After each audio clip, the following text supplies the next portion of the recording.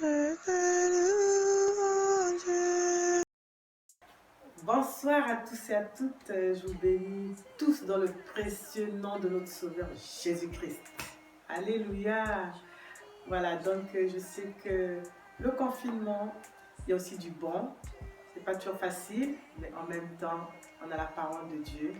Et ce qui est bien, c'est que on peut aller se restaurer, on peut aller apprendre tellement plein de bonnes choses. Et vraiment, pendant ce temps de confinement, c'est le moment de le faire. Voilà, donc avant de commencer, je vous salue tous encore une fois de plus dans vos familles. Donc, tout simplement, je souhaitais à vous partager ce que le Seigneur m'a encore mis dans mon cœur. Voilà, donc non seulement il m'a mis quelque chose que je partage avec vous, cette vision. Alors, vous savez que c'est une chaîne où il y a des visions, où il y a des témoignages, d'où le partage biblique. Voilà, donc on sait que le Seigneur parle tantôt d'une façon, tantôt d'une autre. Voilà, donc il suffit d'être à l'écoute. Alléluia. Voilà, donc tout simplement pour en premier temps vous parler de la vision, revenir sur mon chant que je vous ai chanté dans la vidéo précédente. J'élèverai mes mains vers toi, Seigneur. Voilà, donc en ce temps de confinement, j'ai ce chant qui vient tout le temps là, qui me vient à cœur. Et ce chant-là, je lèverai des mains vers toi, Seigneur, c'est des mains pures. Donc, essayons de lever des mains pures vers notre Seigneur, essayons de chanter ce qui plaît à Dieu. Dieu aime la louange. Et ensuite, j'essaierai donc aussi de faire une prière pour vous et un tout petit passage biblique. Voilà, donc on essaye toujours de parler de la part du Seigneur à travers le Saint-Esprit. Alléluia, gloire à Dieu. Le Saint-Esprit est vraiment merveilleux. Voilà, donc pour ce faire, je vais donc commencer à chanter ce chant qui s'intitule « Je lèverai des mains vers toi, des mains pures vers toi, Seigneur ». Donc, vous pourrez aller voir dans la vidéo précédente, en fait, j'ai mis en barre d'infos, en fait, tout le chant, en fait, les intitulés du chant. Voilà, donc, c'est parti. Gloire à Dieu, ceux qui le connaissent peuvent chanter aussi avec moi. C'est parti. Je lèverai mes mains vers toi. Je lèverai mes mains pour t'adorer. Je lèverai mes mains. Je lèverai mes mains. Je lèverai mes mains vers toi. Mon cœur sera à toi pour te louer. Mon cœur sera à toi pour ta gloire. Mon cœur sera à toi. Je bénirai ton nom. Je t'exalterai toute ma vie. Je lèverai mes mains vers toi. Je lèverai mes mains vers toi. Je lèverai mes mains. Je lèverai mes mains. Je lèverai mes mains vers toi. Alléluia. Voilà. Je bénis l'Éternel, je lèverai mes mains vers lui, toujours pour l'adorer. Amen, amen, amen, ça a été. Alléluia. Voilà, donc je le chante pas complètement dans son entièreté, mais vous pourrez aller le consulter dans la vidéo passée. Voilà, donc gloire à Dieu, de quoi il s'agit. En fait, j'ai une vision Mais avant de commencer, je ferai d'abord un petit coucou aux nouveaux abonnés qui sont encore arrivés. Voilà, déjà à tous mes abonnés, un gros bisou à vous tous, à tous les nouveaux encore. Vraiment, soyez bénis. Venez écouter la parole de Dieu qui va encore vous faire beaucoup de bien. Voilà. Donc, pour revenir sur ma vision, cette vision, en fait, je l'ai eue, c'était avant-hier, c'était en pleine nuit. Et je me suis réveillée brusquement, il était 3 heures du matin à peu près.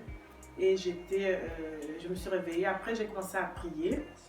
Donc dans la prière, le Seigneur m'a montré au niveau du ciel un nuage, mais vraiment un gros nuage. Et je me suis dit, vraiment de quoi il s'agit? Un gros nuage?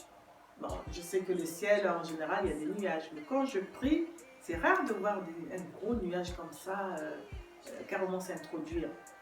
Mais j'ai demandé au Saint-Esprit de me parler un peu de cette vision, de me révéler la face cachée de cette vision. Donc le Saint-Esprit, il m'a fait comprendre que il se passe des choses encore que le Seigneur voulait qu'on améliore. Il veut qu'on améliore. D'où ce nuage. Ce nuage, quand on voit un nuage, on voit la pluie, on voit les choses qui vont venir par après, les choses qui suivent. C'est rare qu'après un nuage qu'il y ait du soleil. C'est très rare. Mais là, le Saint-Esprit m'a révélé que le Seigneur voulait que justement qu'on arrête les conséquences des choses qui vont arriver après ce nuage. Donc, pour ce faire, il faut vraiment beaucoup prier. Il faut élever des mains pures vers le Seigneur. Il faut intercéder énormément comme l'avait fait Abraham pour Sodome et Gomorrhe. Et puis Lot avait été sauvé grâce à l'intercession aussi de Sodome et Gomorrhe. Mais nous ne sommes pas dans cette période-là. Mais la Bible, c'est une continuité. Et nous devons prier, nous devons intercéder, nous devons élever des mains pures pour que tout simplement le Seigneur prenne en considération nos prières. Nous devons prier les uns pour les autres, c'est très important. Le Seigneur, donc, à travers le Saint-Esprit, m'a enseigné parce que je me suis dit, mais un nuage, mais qu'est-ce que ça fait? Normalement, il y a des nuages dans les cieux. Mais celui-là, il était vraiment beaucoup plus gros. Il est sorti vraiment, c'était comme un zoom. Comme un zoom. Et ça voulait, à travers les autres nuages, dire quelque chose. Parce que bon, un nuage, on le voit. Mais là, quand il sort comme ça, comme un zoom, ça veut dire quelque chose. Mais c'est quoi, Seigneur? Révèle-moi ta pensée, révèle. C'est là que le Saint-Esprit m'a révélé qu'il fallait que justement que les enfants de Dieu se mettent énormément en prière afin d'éviter les conséquences de l'après-nuage. Quand il y a un nuage, il y a souvent après, en général, le mauvais temps, il y a souvent la pluie. Et là, pour éviter tout cela, il faut donc que nous puissions prier énormément. On peut faire des jeûnes, rentrer en jeûne et prière en ce temps de confinement. On peut aussi se retrouver là, faire des chaînes de prière, se retrouver en famille, lire des passages bibliques, prier et louer, chanter pour la gloire de Dieu. Tout ça, ça plaît à notre Seigneur. Mais il est important de s'éloigner du péché. Parce que le péché, c'est ce qui nous retarde. Quand le Seigneur voit du haut de son trône et qu'il voit qu'on est encore dans nos travers, dans la méchanceté, dans l'impudicité, tout simplement dans les œuvres de la chair, des choses qui ne lui plaisent pas, alors là, il est en train de retarder la guérison de son peuple. Il retarde. C'est pour ça que j'ai un passage à vous lire. J'ai ce passage-là. Déjà dans les psaumes 11, verset 4. Donc, Je vais donc aller vous le chercher. Donc, psaume 11.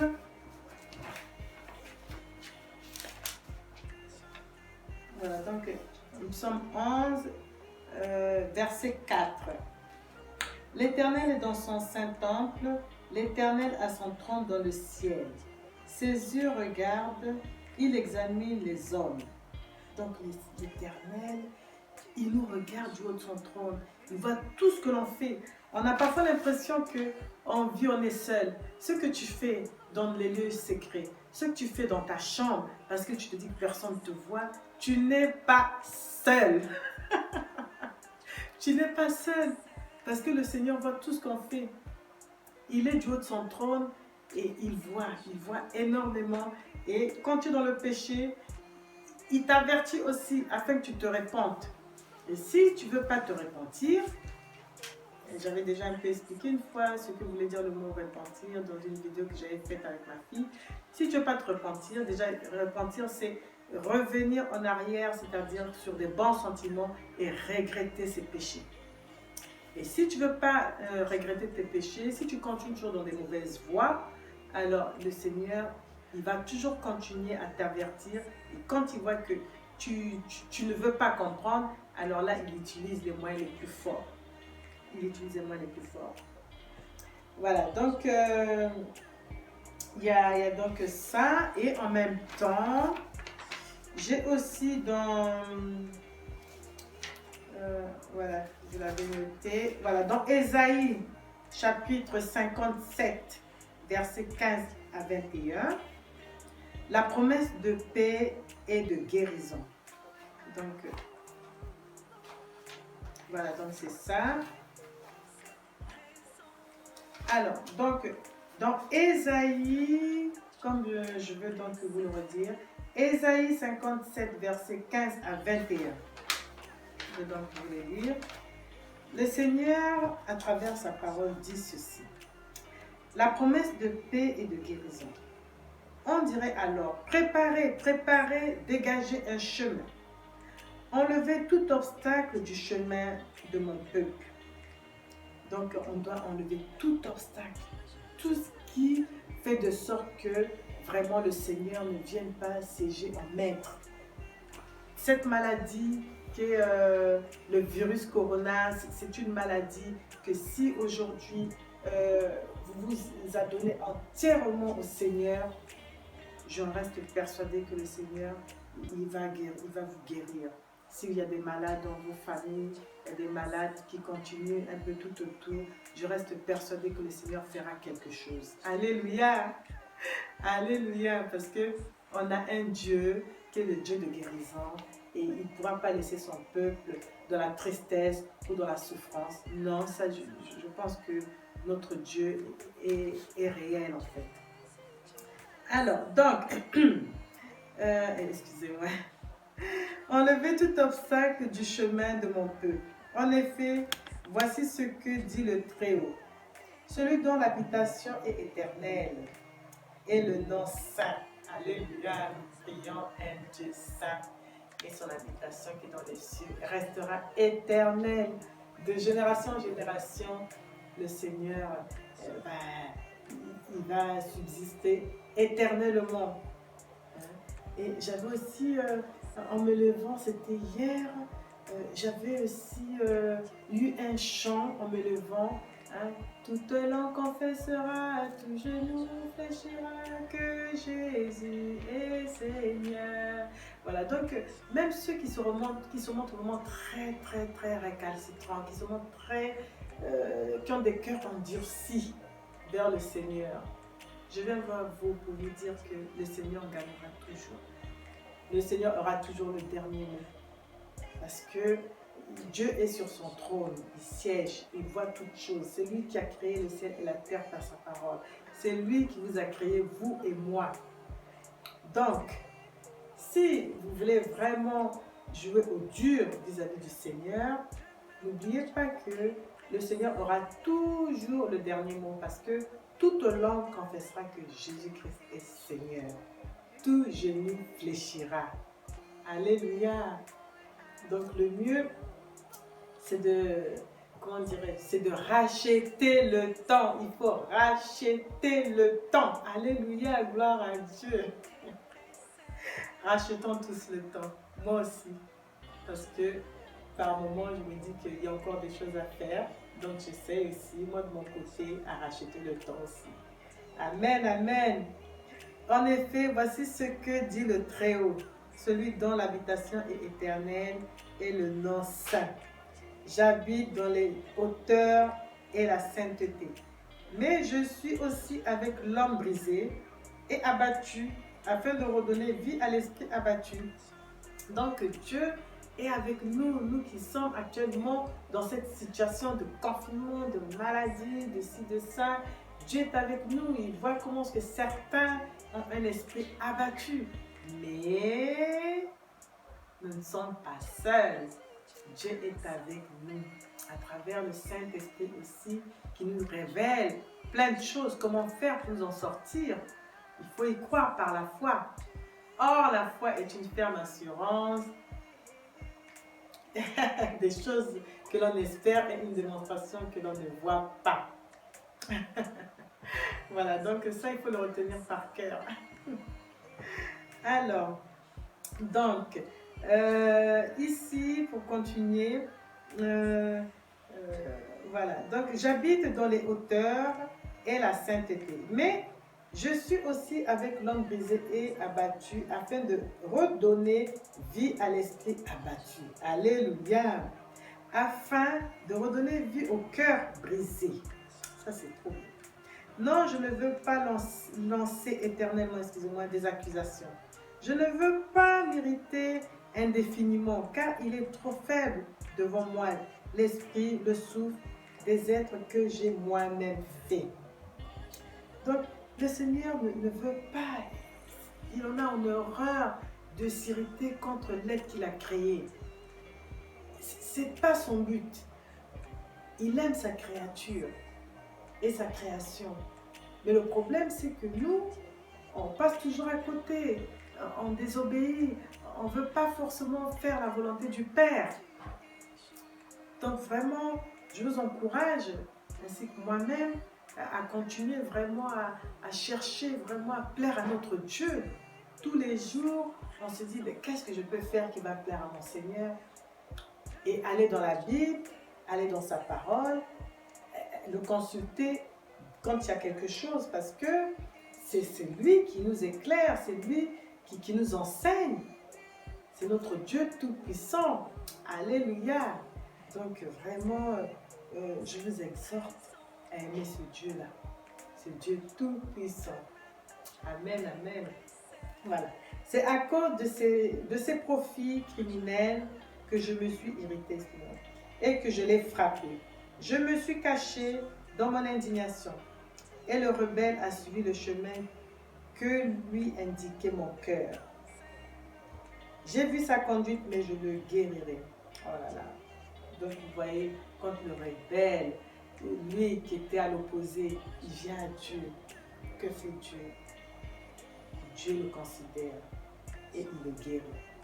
Donc c'est toujours bien de venir à notre Seigneur, peu importe ce qu'on a pu faire. Dieu n'est pas un père fouettard, non. Dieu est un père d'amour. C'est d'abord ça en premier qui prédomine. Alléluia, gloire à Dieu. Amen. Alors, donc, je le guérirai. Voilà. Je le guiderai aussi, je le guiderai et je lui assurerai une pleine consolation à lui et à ceux qui sont en deuil à cause de lui. Donc, vous voyez, Dieu le guérira. Il consolera son peuple. Il suffit tout simplement de le suivre et de vraiment suivre ses lois, ses préceptes, de l'aimer tout simplement. Je ferai naître la louange sur leurs lèvres. Je donnerai la paix ou la paix à celui qui est loin et à celui qui est près. Amen. Dit l'Éternel et je le guérirai. Quant aux méchants, ils seront pareils à la mer agitée, qui ne peut se calmer et dont l'eau soulève le vase et la saleté. il n'y a pas de paix pour les méchants, dit mon Dieu. Vous voyez, c'est une parole remplie de promesses, de promesses de paix et de guérison. Saisissez-la, serrez-la contre votre cœur afin de ne pas pécher contre Dieu. Moi, c'est des passages comme ça, quand je lis, ça fait tellement du bien, ça redonne espoir. Voilà, c'est la parole de Dieu, la parole divine. Donc vraiment, je vous encourage à aller lire ce chapitre. Il va vous reconforter pour ceux qui se retrouvent dans la souffrance, dans la tristesse, dans la maladie. Sachez que le Seigneur est encore là. Il est capable de poser sa main et de guérir. Il est capable de soulever la personne qui était la plus brisée, la plus abattue et de la remettre à la lumière. Il est capable, il en est capable parce que nous avons un Dieu tout-puissant, un Dieu qui continue seulement à faire des merveilles. Ce qu'il a fait dans le passé, alléluia, il est encore capable de le faire aujourd'hui. Aujourd'hui, on voit encore des personnes qui étaient malades, ou peu importe, des personnes qui avaient des problèmes, soit qui étaient dans l'endettement, des personnes qui étaient des gros pécheurs et qui aujourd'hui qui s'en sortent. Il suffit seulement de croire en la parole divine, en cette parole-là qui est la Bible, et vous allez y arriver. Vous allez y arriver. On va tous y arriver. Si ce virus-là, il ne faut pas vous dire que c'est la fin. Non, ce n'est pas la fin. C'est vrai qu'il y aura encore d'autres choses, d'autres tribulations, mais on arrivera à vaincre. Mais on arrivera à vaincre si aussi on change notre comportement, nos habitudes, si seulement on s'approche réellement de notre Sauveur et de notre Dieu. Amen, amen. Alléluia. Je vous bénis tous dans le nom précieux de l'Éternel et proclame pour vous tous des paroles de bénédiction. Que le Seigneur vous bénisse dans vos foyers. Que le Seigneur vraiment vous apporte la paix, l'amour, la consolation. En tout cas, que le Seigneur vienne à vous et se révèle aussi à vous. En tout cas, je prie. Et d'ailleurs, j'ai aussi cette prière-là que je vais faire pour vous afin que le Seigneur vienne guérir les familles qui se retrouvaient tout simplement endeuillées dans la tristesse et croyant en Dieu. Faites de l'Éternel vos délices. Faites de l'Éternel vos délices. Et il vous donnera tout simplement tout ce que votre cœur désire. Alléluia. Voilà, donc je fais une prière pour eux. Seigneur, nous te bénissons, nous t'exaltons, toi notre roi des rois, Seigneur des seigneurs, nous élevons nos mains pures toujours vers toi, Seigneur, pour te louer, pour te bénir, parce que tu es notre Dieu tout-puissant. Seigneur, rien ne te résiste, tu es le Dieu qui bannit la maladie, tu es celui, Seigneur, qui détruit toutes les mauvaises choses à la racine. Seigneur, je te présente toutes les familles, Seigneur, qui sont dans le confinement, au Père, toutes les nations aussi, tu les connais. Seigneur, je te les présente devant le trône de ta grâce afin que ce nuage soit détruit, ce mauvais nuage ne vienne pas dans nos maisons, ne vienne pas dans nos familles. Nous détruisons tout cela dans le nom précieux de notre Sauveur Jésus-Christ. Nous élevons des mains pures, Seigneur, vers toi. Nous intercédons pour faire barrage aux attaques du malin, barrage à toutes les flèches enflammées qu'on voit l'ennemi, pour détruire nos familles, pour qu'il y ait le deuil, pour qu'il y ait tout simplement des cœurs brisés. Seigneur, tu as dit dans ta parole qu'il y a des promesses de guérison, des promesses de foi. Et si nous gardons la foi, Seigneur, nous marcherons dans la guérison. C'est pour ça, Seigneur, nous prions pour que tu élèves, Seigneur, cette maladie, tu l'enlèves et que tu puisses introduire la paix, l'amour, la joie, la guérison dans nos maisons, dans le nom précieux de Jésus-Christ. Bénis toutes nos familles, bénis ton peuple et nous te bénissons de ce que, Seigneur, aujourd'hui, tu es sur ton trône, tu règnes éternellement et aujourd'hui, Seigneur, nous savons que tu vas exaucer notre prière. Que ton nom soit béni, glorifié, sanctifié, exalté dans le nom précieux de notre Sauveur Jésus-Christ. Nous te disons ainsi merci et nous t'avons ainsi prié. Amen. Amen. Voilà, donc, peuple de Dieu, je vous remercie de votre écoute et aussi de votre fidélité. Je bénis l'Éternel pour qu'il puisse vous bénir abondamment dans vos familles. Et je vous laisse en vous disant à très bientôt pour un prochain partage et toujours pour des moments toujours exceptionnels dans la présence de notre Sauveur Jésus-Christ. Que Dieu vous bénisse richement. Alléluia. Amen. Au revoir.